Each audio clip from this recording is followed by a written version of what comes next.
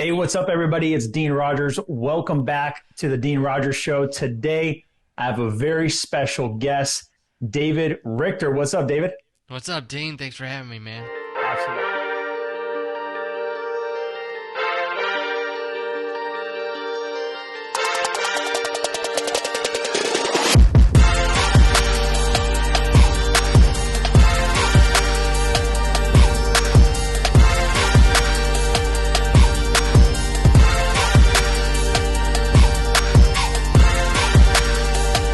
Absolutely, man. Hey, I am super stoked to have you because, man, you just have such a great background, great experience in the real estate space that you just have an insane amount of value to give, not to mention the fact that you have an incredible book out teaching real estate investors how to live a better life.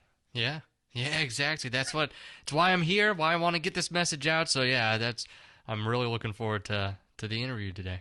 Awesome, man. Well, thanks for being here. So Yeah. let's kick things off. Let's dive right in. So I'm going to spill the beans because again, I was doing a little cliff notes on your background, Okay. and like a lot of other people, man, you got started by being introduced to Rich Dad Poor Dad. So Yes. most of us already know what that book's all about, right? About kind of transforming your perspective on life and what it can be like to be an entrepreneur, and obviously real estate being one of those vehicles. So, what was it specifically in the book you feel helped kind of get you to take action right away? Because you did, you took Yeah. action right away. So it was definitely the part where he talks about you don't have to go to school, get a job. Like it doesn't have to be your norm. I remember that making an impact on me because that's what the trajectory I was on. I read that literally while I was at like a job that I was working at that time, going to school to get a good job to do exactly what he's talking about in the book. So that's what was really eye opening to me. And then he talks about real estate, and that connected. I really like the idea of passive income and like buying rentals and things. So I said, I want to take action. I don't want to just read this stuff. I want to go out there and buy a property and see what this is all about. Yeah, I think that's such a good message to just make really clear at first. And why I love real estate is the barrier to entry is basically zero, right? Basically zero. You Yep. can even be a teenager and not 18 yet and still find a way to buy a house through someone else or JVing or partnering. Like if Or you can find a trust. It's deal like, or yeah. trust, yeah, if Yep. you can find a deal and be resourceful, you can, the sky is the limit. Yep. The sky is the Exactly. limit. So that's awesome, man. And so we'll touch on it a little bit. You took action right away. You bought a property right away. Yeah, I did. I bought my first property. That was, back then it was just off the MLS. It was a HUD home store property where they had a bunch of foreclosures. This was 2012, so the foreclosures were aplenty back then and Yeah. just all over the place. So that's where I got a realtor involved and even at that first deal and said, hey, can you find me one that's, needs some work? So she did. I took it down, fixed it up, and that property was pretty awesome too. It was a pretty good deal. I rented it for a little while. Then I lived in it for 2 years. So that was the first house I lived in with my wife, and like had the first couple Christmases. But then after 2 years, moved out of that house, and then did a lease option with with the next So occupant, cool. which turned into he cashed me out 6 months later. Like he So how'd actually you even learn performed that? on his option.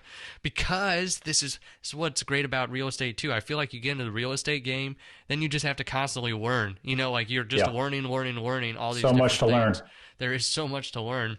And one of those was I wanted to sync up with a company in the area because I wanted to do more of it, but I wanted to see it on like at a business level too and look at how a business is run. So I started working with a small company that was doing about 5 deals, a month, so not too shabby. And then during my tenure there of like 5 years, I got to see about 800 deals done, like during that time, which Wow. was awesome. And one of those exit strategies that we learned there was lease options, and that was one of the things where I managed about 80 to 100 of the properties, and about 80 to 90% were lease options Oh of wow. that portfolio. So I got to know it very well, And that's where when we moved out of that first house, I knew I wanted to do lease option because I knew it, and I knew that I could get someone in there with a better mindset than if I was just going to straight rent it out and be able to do the option deposit. Like, there's so many things just right there. Like, we could break that down and talk about it all day, but just the knowledge of gaining it from that. And also on that, I did not find the tenant myself. I found it through the guy that was like the connections I had made with this company, where there was a guy that would screen lease option type tenants, and so I paid someone else to do the marketing, and then it all came through, and then they found super tenant basically. So I'm like, this worked out great. So that was the first deal that I did. Sorry. Just dropped everything on my desk, but that's where I did that first deal, and it was definitely a home run, because the 6 months later when he did cash me out, because I had lived in it for 2 years, there was no capital gains tax at all. Beautiful. So that was like, get a nice chunk, and I don't have to pay taxes. I'm like, this is great. I love real estate. Yeah, right. Yeah. So you touched on that. You ended up going working for a company, and again, doing some cliff notes on you. You got to wear so many hats, which I got to say was probably a blessing for you to get that opportunity. But I want to, just point out, most people can't take on a bunch of different responsibility, do acquisitions, do dispositions, do transaction coordination. So what about you, do you think, made you special to do that? Probably that I did take action. That's half the battle with most half people. The battle, man. Right?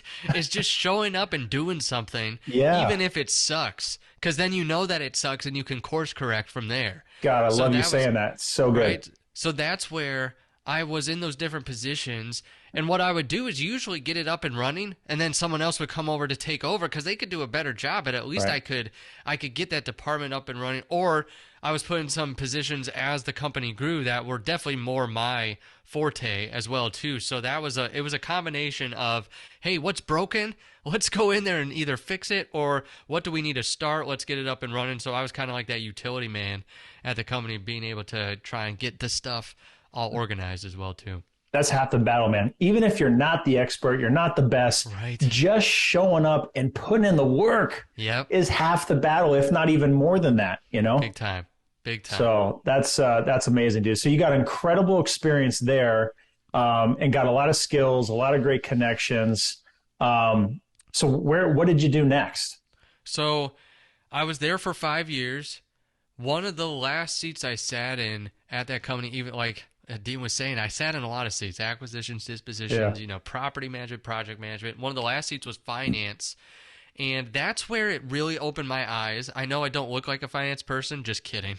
But that's where I sat in that seat, and I liked it. I liked learning from the CPA where all the different transactions went, really understanding how to read the P&L, the balance sheet, the cash flow statement, like learning the inner workings of the company, because then to me, I could look at the numbers, and then they told the story of the company. I'm like, oh man, this is exactly. It was powerful. Great word there, because then we were doing 25 deals a month at that point, when it was like year 4 and 5. We had grown it that large, but on the opposite side, we had about 25 to 30 people on staff too. So Expensive. Exactly. So we were bringing in 25 deals a month, but like spending like 26. Of course. So that was like, oh my gosh. I lived that when I was fixing and flipping, man. Yeah. Every dollar that came in, it felt like that and more was going out. And it was just a rat race. It was exhausting and stressful. Yep. Yeah, exactly. That's where we were. And that's where I had come up with this plan to like sell some of the rental portfolio, and like, hey, we got to get ourselves back to the black and like make sure that we're okay.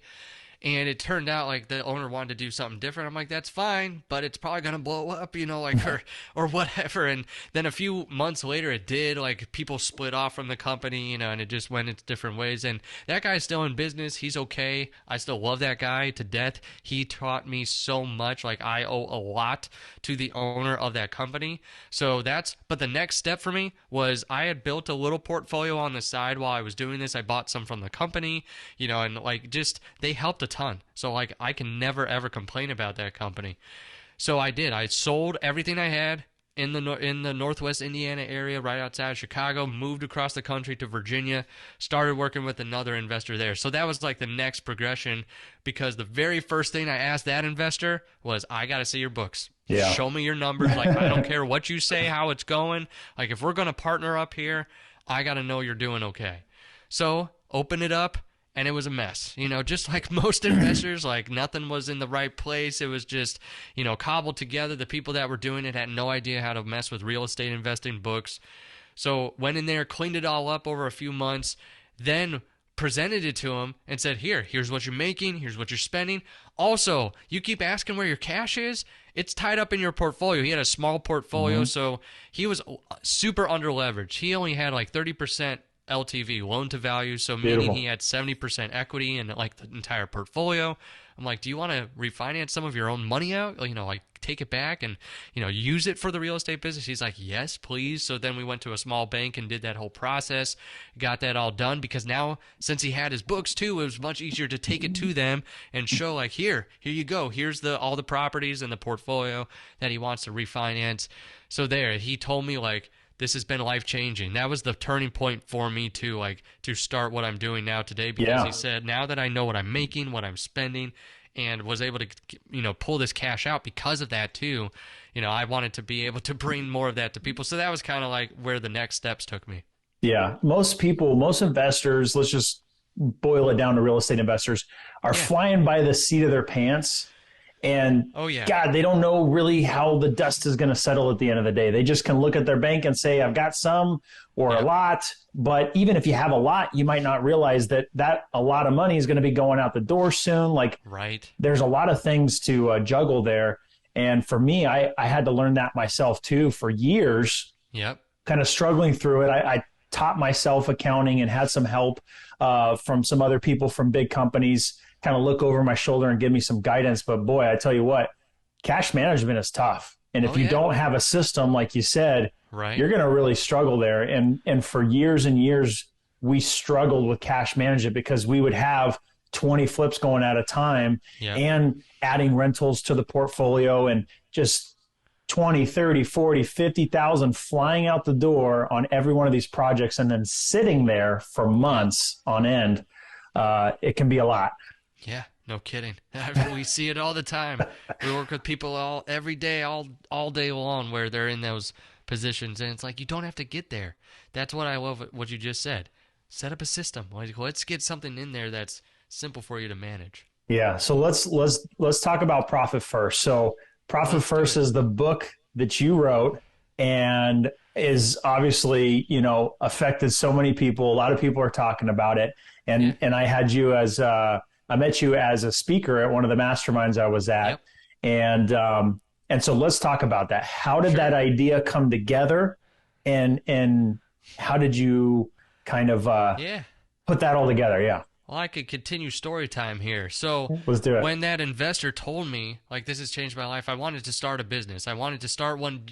At the beginning, it was just to give people clarity, like the clarity I had given him of like, hey, I know real estate investing. I'm not an accountant. I'm not a CPA, but I can at least let you know what's going on in your business. So that was going to be when I first started. But then I had another mentor call me and said, hey, I heard what you're doing. It sounds awesome. You should read the book Profit First.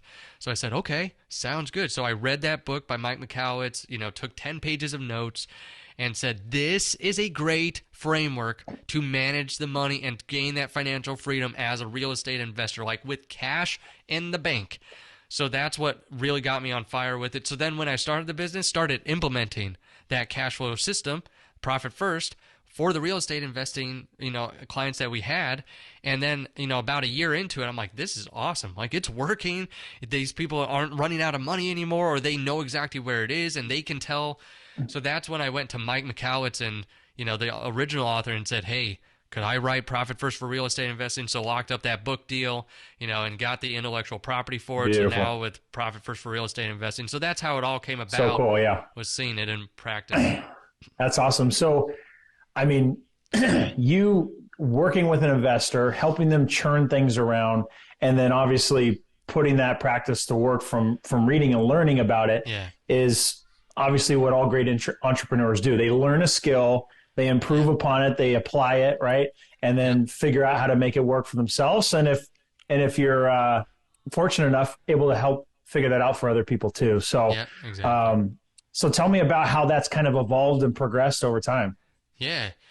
So it started off just me, like being with the clients and doing all that. But then it's funny, once this started coming about and I started speaking at different masterminds at the very beginning, like years ago when I first started, that, it caught on pretty quick. Like, hey, there's someone different than a bookkeeper or a CPA that can actually speak our language, and that's where a lot of people started coming to our doorstep and like, hey, can we get help? So then it's just grown from there. Now, 3 years later, we're working with about 80 to 100 clients, and we've got about 30 CFOs on the team, that have fractional Wow. CFOs. So yeah, it's definitely progressed a lot because, like you said, Profit First had already kind of made the rounds a little bit in our space, and a lot of people had liked it. So now with the book specifically for that space, it was just like, okay, now I understand it even more. Let me put it into practice. And I literally get emails every day from people like, hey, I read your book. This is incredible. Like, I'm so happy, like to have found this. People just starting on their journey, which I love when people are just starting out. It's like, hey, let's not get into bad habits right from the beginning. Let's get some good habits in there, to where, people that are doing, 1,000 deals a year, or something like that, and they're still able to glean that as well. So that's where it's kind of progressed too. And, I absolutely love the message of Profit First, getting that out there. And, I can tell some about that if you want me to. Let's do that. Let's Give people unpack it. some of that. So, what exactly is profit first? I would say there's two main points that you need to know. So see, it's real simple. So number one is the mindset behind it. It's we get fed the BS formula of sales minus expenses equals profit, meaning I make a sale, I pay everyone else and their mom. Then at the end of the day, hopefully I have some profit, like hopefully, or at the end of the year, or maybe when I sell this all in the future. That's not the way to live. That's going to put you into bad habits of always putting yourself last, always making sure you're running on, you're just sucking air all the time. So what we need to do is change that mindset and that formula.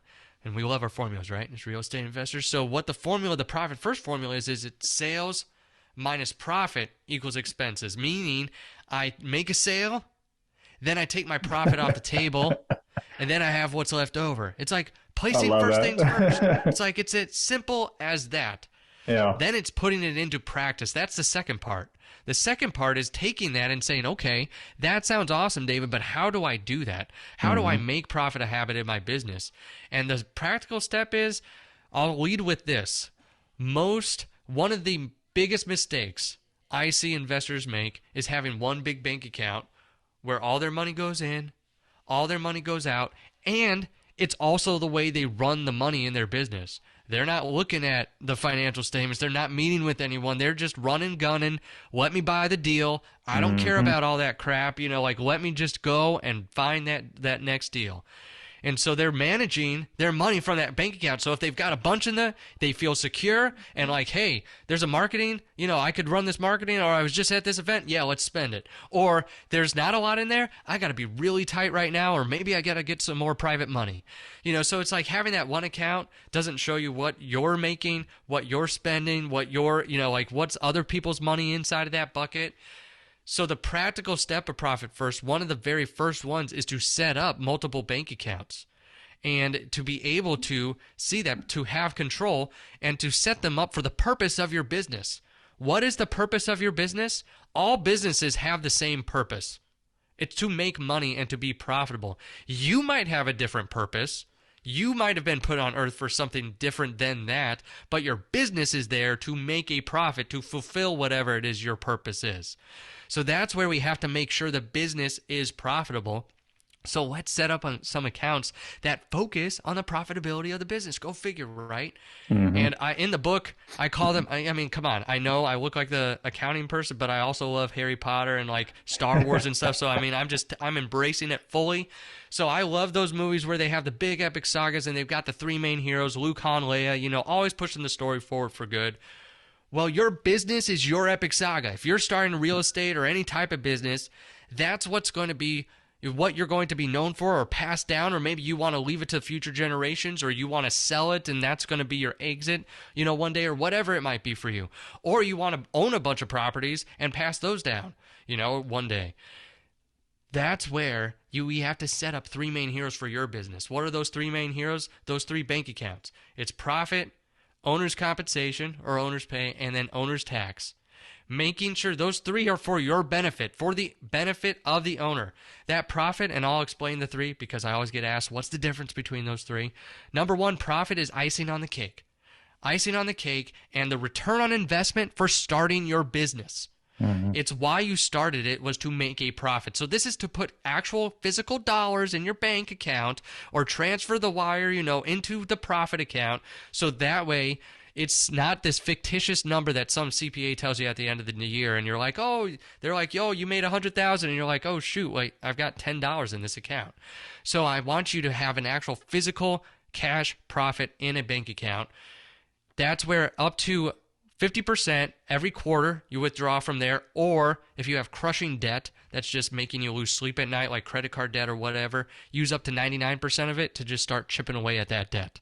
So profit is either for debt reduction or to spend it on whatever the freak you want, like up to 50% out of that account every quarter, to feel like the business owner who traded working 40 hours for someone else to work 80 hours for yourself. Like, now it's worth it. Preach it. Give yourself, right? Give yourself that emotional paycheck with some actual dollars that are yours.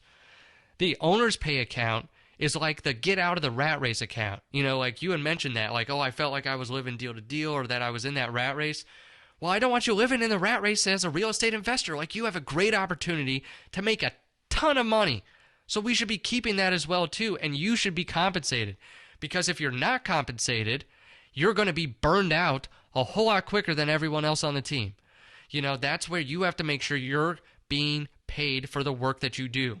So set up that account to get out of your own rat race, so that way you can start filling that up with like money every single month to see, okay, if I need $5,000 a month or $10,000 or $20,000, whatever it is for you, can I fill that bucket up consistently on a monthly basis with that amount? So that way I know my business is actually paying me and I have a real business now. So that's what that one's for. Take it out at least weekly, bi-weekly, or monthly. Like, that one should be on a continuous basis, at the most monthly, at the least, weekly. So then the third account, owner's tax, is to make sure, especially if you're in the active world of like flipping, wholesaling, or, a business that's not rentals or passive income or just strictly that, and you pay as little taxes as possible. If you ever have to pay taxes, I would set up a tax account so that way you can stuff money in there throughout the deals or throughout your sales. So that way, when it comes tax time, you're not like, oh shoot, I got to do 4 more deals right now just to cover my tax bill. Or like, I have no idea how this is going to be covered. So that's what I would say. The owner's tax is to make sure that you're filling up that bucket throughout the year. So that way when it comes tax time, or if you're doing quarterly payments, you're just sending those in and you don't have to worry about them or think about them again. So those are the 3 main accounts to set up. The big thing is, every time a sale happens, you move the money into those 3 accounts. That's the habit you're creating. Is every time a deal closes, you're moving in money into those accounts. You still have your operational expense account, the bad guy of the business, the one that's already paying the expenses. So you'll fill that one too, but you fill those 3 first, and now you're getting into the proper habit of making profit a habit in your business, and you're making sure you're not spending every single dollar that comes in. So there you go. That's I love that. First in a nutshell. Man, I got to say the owner's tax, especially for newer people that are just in the active, they don't have rentals to write off taxes and depreciation, all that fun stuff with cost segregation, which was a big monster tax saver for me this last tax year. Boy, that one can come up and sneak up and bite you in the butt. Oh, yeah. And surprise you. You're working your tail off. Like you said, you traded the 40 hours for 80. You're working, you're making this money. You're spending the money to grow it. But to your surprise, you might have spent this money, but someone's still got their hand out called the government asking for more. Exactly. That's, man, I could park there too. So many people reinvest money just on a wing and a prayer. Like, hopefully we get a return. And a lot of people think the way to get out of financial problems is to spend more money. and to, buy your way out of it with more marketing or whatever. And I'm not against marketing at all. I'm just against not planning properly and making sure that it's the most effective, because if you scale cancer, the tumor grows.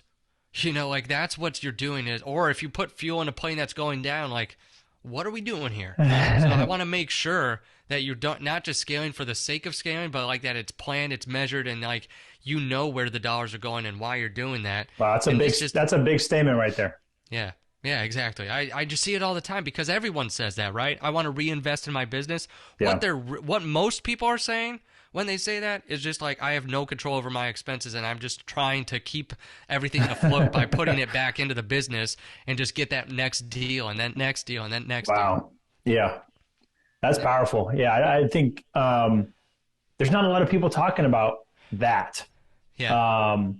And if they aren't talking about it but thinking it, there's a good chance they don't have the tools or the system, like you said, to figure it out, right? Yeah, and get a control of that. So, man, that's really good stuff. So, we talked about profit first, the system around that. Now, how can you figure out to use that system and how you ultimately keep more of the money you make? So once you set up those accounts and you start transferring the money, it's going to start stockpiling. There's also ways that Mike explains it in his book. I don't go into it as much, but you could set up money at different banks as well too, or different bank accounts at different banks. So that way you're not as tempted to touch it. Like, put it in a bank where they don't have online access, or don't give yourself online access. So like setting some psychological things in place if you have the bad habit of transferring money or just taking all your money out. So there's some things that you can put in place so that way you don't touch it. But then I would set up specific accounts to real estate investing too, like OPM, so that way you're not always pulling from OPM to cover your expenses. It's like, this is a separate account for other people's money for the rehabs that we have or whatever it might be. So that way you're not mixing it in, because that's another thing too. It's like you feel like you have reserves, but it's really other people's money if you don't have it separated out. So it's like, don't fool yourself too into thinking you have reserves. Set up an actual reserve account and dump reserves in there. That's where we want to put the reserves, so that way if something does happen in the business, you've got those there to be able to cover it. So that's it, is making sure you have those set up, that you have the habit every time that something closes, you are funding those accounts and then setting up those accounts that are important to you. And if you're listening now and you haven't entered real estate, you could still, or you haven't entered the business world, whatever, you could still set up an account in your personal life. Call it freedom. Make it separate from all your other bills and expenses and be like, this is what I want to buy my freedom. If you're listening to a podcast like Dane's, like, you have that mindset. You know where you're going. So if you want that, like, set up a different one so that way you could prove to yourself, I don't spend everything that I make. I put it away and I'm doing it for the specific purpose of what I want to do, whether that's invest in real estate, buy my own, buy a business, start a business, do whatever it is that you want to do. Just set it up different from all those other accounts. I love that. And that sounds so simple, but mindset, like you said at the beginning, is half of the profit first mentality. And it's just understanding what you're working towards and shifting your focus towards, I'm doing this for a reason. It is for freedom, right? Yeah. I'm not doing this just to work my butt off and not get the return I was hoping for, and not make as much as I could have if I just mailed in a check and worked for 40 hours. Like, I'm doing this to change my life. Exactly. When you first start the business, you have that excitement. Then you get around the business world and it's almost like it's beat into your head that you have to sacrifice, that you have to sacrifice all the time. And I'm not saying there won't be sacrifices along the journey. Oh, there will be. Exactly. There will be. But there doesn't have to be some of the ones that are touted and like put on a pedestal. Like, you should be paid as soon as possible in your business. Like, if you're first starting out, I get it. You might not make enough to pay yourself exactly what you need. But can you start somewhere? Like, if you're starting somewhere, we can ramp up to what we need and then get to that point. That's the whole point of this system. It's not just to say, oh, this is going to solve all the problems. This is more like, let's get into the habit so we create it now wherever we are. If we're in a bad position, if we're just starting, if we're in a great position, you're starting now so that way for the next 10, 20, 30 years or whatever, you've built those good habits to be able to then, like you were saying, Dean, like now you're going to see the compound effect of starting to put the money in the different accounts. And literally, people that we've been working with for 3 years, I just got a call from a client in June. So a few months ago, in June, he called me and said, I've already filled my accounts for the rest of the year with this last flip I just did. Like, because he's been on the system, he understands that this is what I'm making, this is what I'm spending, and if I fill up these buckets, I can either take the rest of the year off or everything else is icing on the cake. And I could just keep building the wealth, putting it in different things. And this was after filling up, like a giving bucket too. Like he's not just filling it up the profit and other, like he's filling up other big buckets with multiple like tens and hundreds of thousands of dollars in different places. That's so cool. Yeah. Awesome. So what would you say is like one of the biggest mistakes investors make then, right? If they kind of understand this, where can it kind of fall apart and where do they make the mistakes? So besides the one big bank account, I would also say another big mistake is what you had already mentioned. You mentioned that they might not say it, but they're thinking it. They think that they're an island unto themselves. Like when you become a business owner, you feel like you have to wear all the hats, but you feel bad if you're not able to accomplish a hat. And usually the finance hat is one they want to burn. Like they don't want to put it on. And that's where I feel like if more people just understood, because literally 95% of the people that enter our door don't know what they're making or what they're spending, or they've got some difficult situation like a bookkeeper burned them or CPA and like they're just burned out on the finances. There's some stories. Exactly. There's a ton of stories that everyone has, and it's not taught. It's not taught like this where it's actually palatable. Like if you would tell people like, oh, David's coming on to talk about finances, like most people are like, yeah, right. Like I do not want to listen to this. So that's because in our space too, there's not a lot of people out there that can really talk, or like communicate or make it simple to understand. So it already gets that bad rap. And then it's like, it's in the business. It's not the sexy part, like marketing and like getting the deal in. But you have to have marketing and sales and finance so you're not like dripping, the dollars everywhere on the floor, like just going right through the bucket. So I would say is people being able to say, I don't know what I don't know, and I either need the help or like I need a book or I need, some sort of system so that way I can catch those dollars and at least not feel dumb anymore. Because so many people, it's that mindset. They feel not worthy enough or they don't feel like I could actually do this, and there's, like it's too complicated, or I have no, prerogative to learn this whatsoever. So that's where, like just knowing that there have been people in the sticks of Alabama, and I love you guys that we work with there, to the West Coast, East Coast, the North, South, everywhere in between that have been implementing the system. You can do it. You can implement this. You can get a grasp on it without becoming a finance expert at all. There's other people out there for that, or there's simple systems like this to help you. So that would be one thing that I think a lot of people just in their mind can't get past it. Yeah, that's what I love so much about how the world is evolving around entrepreneurship. Yeah. And just the information world, right? And the networking and mastermind world, right? Is if you're lacking in an area and you don't have a skill, which I can say I'm lacking in many, man, there's someone else out there with the information that can help you in more ways than you could imagine. Which is a great segue to kind of talk about your Simple CFO company. Yeah, for sure. Let's highlight that because there's no question there's going to be some people listening. They've got some deals under their belt, right? Yeah. They're looking to kind of implement something like this in their business so they can finally get a hold of where their finances are and taking their business to the next level. So what do you guys do at Simple CFO? We do 3 things really well. We manage the bookkeeping process. So if you have bookkeepers that suck or a rock star, we can either replace them or drive the bookkeeping for you to make sure that it's getting done and that you know what you're making and spending. It gives you that clarity. Number 2, we implement profit first. So making sure you know where every dollar is going and it's being put in your pocket and you're controlling it. And then number three that we do is we make sure you have that total clarity. So not only do we drive the bookkeeping, but then we set up a dashboard where you have a high-level meeting with a financial leader on the team. Our actual product is putting a fractional part-time CFO, Chief Financial Officer, on your team for a very reasonable rate to be able to be there to set up your dashboard and give you a very clear picture of what you're making, spending, keeping, running, and holding you accountable as well to profit first and to your numbers, to the goals that you have. So that's what we do in Simple CFO, is making sure you have that financial leader to drive those pieces in your business. That's such an awesome service, because I mean, there's probably very few opportunities or services like that in the real estate space. And boy, is that a need, because a lot of us are just running by the seat of our pants, you know. Running and gunning. I get it. Yeah. So that's powerful to be able to provide that. That's really cool. So you left a goodie here for the end, is how do I double my profit?